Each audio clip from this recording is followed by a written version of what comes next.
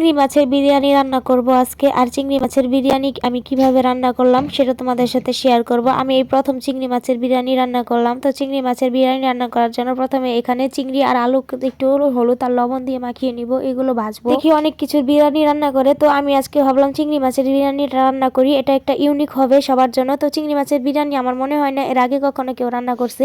তো কড়াইয়ে প্রথমে আমি তেল দিয়ে নিয়েছি, আর তেলের মধ্যে আমি অল্প একটু ঘি দিয়েছি, এতে করে সুন্দর একটা গ্রান আসবে। তো আমি এখানে কোনো মশলার কমতি রাখবো না, যদিও এটা মাছের বিরিয়ানি মানে চিংড়ি মাছের বিরিয়ানি, তো মশলার কমতি আমি কখনোই রাখবো না। এখানে যত প্রকার মশলা লাগে তার থেকে আমি দ্বিগুণ মশলা দেওয়ার চেষ্টা করব। এরপর এখানে আমি অনেকগুলো আলু দিব। আলু দেওয়ার পর এখানে আলুটা কড়া করে খুব ভালো করে ভেজে নিয়েছি। আর আমার আজকের ক্যামেরাম্যান আমার ভাগিনা। তো এখানে আমি তেলের মধ্যে এখানে সুন্দর করে এক মুঠোর মতো পেঁয়াজ কুচি ফেলে দিলাম। আর পেঁয়াজ কুচির মধ্যে এখন আমি কয়েকটা তেজপাতা আর কয়েক টুকরা দারচিনি, এলাচি এগুলো দিয়ে দিব।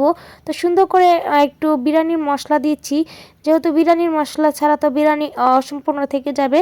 আর বিরিয়ানির মশলাটা আমি দাঁত দিয়ে ছিঁড়ে নিলাম। তারপর এখানে আমি দিব বাদাম বাটা। এখানে কাজু বাদাম, কাঠবাদাম, পেস্তা বাদাম সব রকমের বাদাম বাটা আছে। ওই যে রাজিয়ার জন্মদিনের দিন অনেকটা বাদাম বাটা বেশি হয়েছিল, সেটাই আজকে ব্যবহার করছি। খানিকটা আদা বাটা দেওয়ার পর এখানে দিয়ে দিব অনেকটা পরিমাণে রসুন বাটা। তো তোমরা তোমাদের পরিমাণ অনুযায়ী এখানে বাটা মশলা ইউজ করবা। তো এখানে আমি 250 গ্রামের মতো মানে চিংড়ি নিয়েছি। এরপর এখানে একটা ডিম ভেঙে দিব।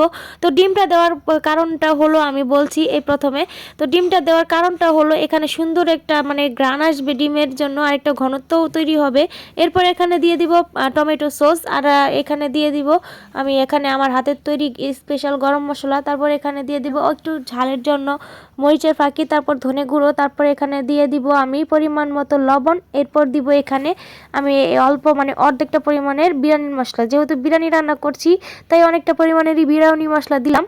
আর এখানে আমি এখন অল্প একটু পানি দেওয়ার পর মশলাটা ভালোভাবে কষিয়ে নেওয়ার পর এখানে গলদা চিংড়ি আর আলুগুলো ভেজে রেখেছিলাম সেগুলো দিব। তারপর অনেকক্ষণ কষানোর পর আমি এখানে আলুটা দেখছিলাম যে সিদ্ধ হয়েছে কিনা। তো এখানে দেখি সব কিছুই মিনিমাম ভালোভাবেই হয়ে গিয়েছে। এরপর একটু নেড়ে দেওয়ার পর এখানে আমি আজকে বিরিয়ানির জন্য পোলাওয়ের চালের সাথে আমি এখানে ডাল ব্যবহার করছি। কখনো কি দেখেছো বিরিয়ানির সাথে একরকম ডাল ব্যবহার করতে? তো আমি মনে হয় এই প্রথম কোনো ব্যক্তি হবে যে আমি বিরিয়ানিতে ডাল তারপরে এরকম করে ডিম ভেঙে দিয়েছি। তো যাই হোক, এরকম ইউনিক রেসিপি কে কে খেয়েছো আমাকে অবশ্যই কমেন্টে জানাতে ভুলবে না। তো দেখতে দেখতে কিন্তু আমার চালের সাথে মশলাটা কষানো হয়ে গিয়েছে।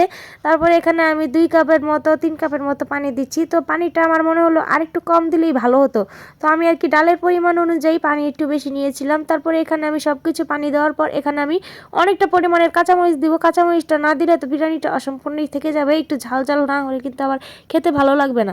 তারপরে এখানে দেখো বলক চলে এসেছে। এরপরে যখন পানিটা কমে আসবে তখন এখানে আমি একটা ইট ভাটা দিয়ে সুন্দর করে আমি দমে দিয়ে দিব।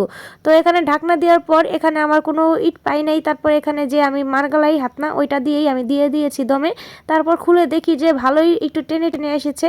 তো এই টেনে টেনে আসার পর উপর দিয়ে আমি একটু ঘি দেওয়ার চেষ্টা করলাম, কিন্তু দেখি দুর্ভাগ্যবশত ঘিটা শেষ হয়ে গিয়েছে, তাই আর দিতে পারলাম না। একটু কেচে কুচে দেওয়ার চেষ্টা করলাম।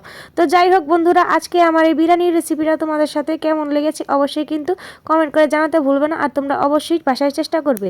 আশা করি সবাই ভালো থাকবে। আল্লাহ হাফেজ।